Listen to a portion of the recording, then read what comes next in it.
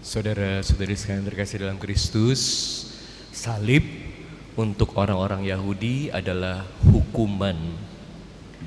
Yesus berada di salib bersama dua penjahat.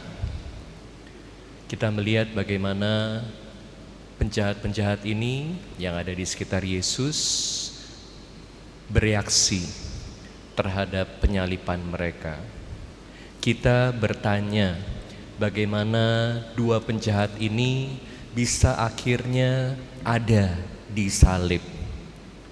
Tentu ini karena berbagai pilihan hidup yang mereka sudah buat hari demi hari. Kita selalu diingatkan bahwa hidup adalah pilihan. Siapa kita hari ini, di mana kita, bagaimana situasi kita, semua ini adalah karena berbagai pilihan yang kita sudah buat, berbagai keputusan yang kita sudah buat sepanjang hidup kita. Jadi seringkali kita dengar dalam hidup ada yang namanya hukum tabur tuai. Kita menuai apa yang kita tabur. Kalau hidup kita saat ini baik, ini juga karena berbagai keputusan yang baik yang kita buat di masa lalu kita. Kalau saat ini hidup kita kacau balau, menderita, kita juga perlu tanya, keputusan-keputusan apa di masa lalu yang aku buat sampai aku berada dalam situasi yang sulit saat ini. Dua penjahat yang ada di sebelah Yesus berakhir hidupnya di salib, pasti karena berbagai kesalahan, keputusan yang tidak baik yang mereka buat dalam hidup mereka, yang juga menyusahkan banyak orang. Tapi untuk menerima situasi mereka seringkali tidak mudah. Anda lihat apa yang dikatakan oleh seorang penjahat sampai di titik terakhir hidupnya, saat dia sudah berada di salib, dia masih mengolok-olok Yesus.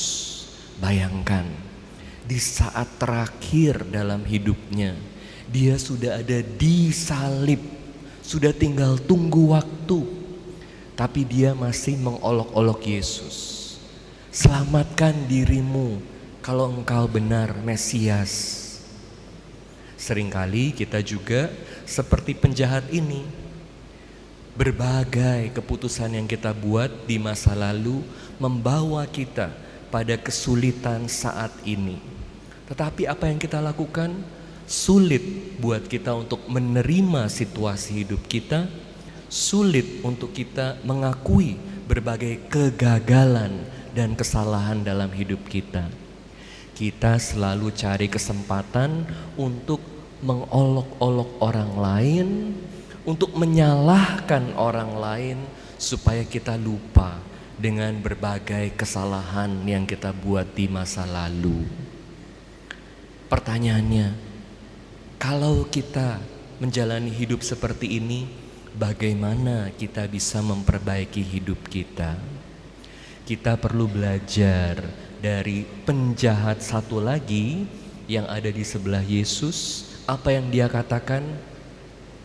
Kalau kita ada di sini itu karena kita pantas menerima penyalipan ini. Dan kemudian dia tidak berhenti melihat dirinya sendiri aja. Dia melihat pada salib Yesus dan katakan, kalau kamu sudah tiba di kerajaanmu, ingat saya. Kita melihat bagaimana sementara penjahat yang satu itu terus dipenjara oleh berbagai kesalahannya, dia tidak bisa selamat.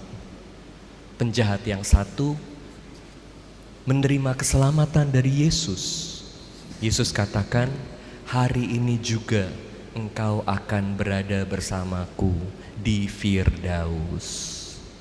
Kita mau gak diselamatkan oleh Yesus? Kita mau gak berada bersama Yesus di Firdaus? Apa kuncinya? Bagaimana supaya kita bisa dibebaskan dari berbagai kesalahan masa lalu kita. Dibebaskan dari berbagai keputusan yang salah yang kita buat di masa lalu. Kabar gembiranya adalah bersama Yesus kita bisa punya hidup baru. Pertanyaannya, bagaimana? Apa yang penjahat ini lakukan supaya dia bisa selamat? Pertama, dia mengakui keterbatasannya, mengakui kesalahannya, mengakui kegagalannya. Kita perlu rendah hati di hadapan Tuhan. Seringkali sangat sulit untuk mengakui kegagalan. Gereja mengundang kita semua setiap kali kita hadir dalam perayaan Ekaristi. Kita mengakui kesalahan kita. Saya mengaku kepada Allah yang Maha Kuasa. Kenapa? Karena gereja mengajak kita untuk selalu menjadi diri kita apa adanya di hadapan Allah. Tapi ingat, mengakui berbagai kesalahan, melihat berbagai keterbatasan diri kita aja tidak cukup untuk bisa selamat. Kenapa? Karena ada banyak orang yang terperangkap pada merasa rendah diri.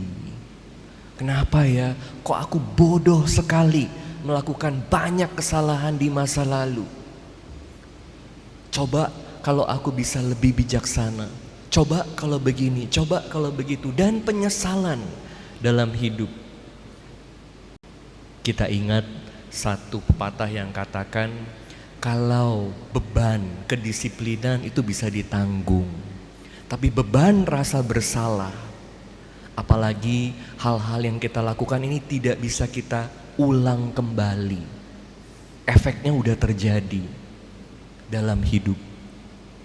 Bagaimana kita bisa perbaiki?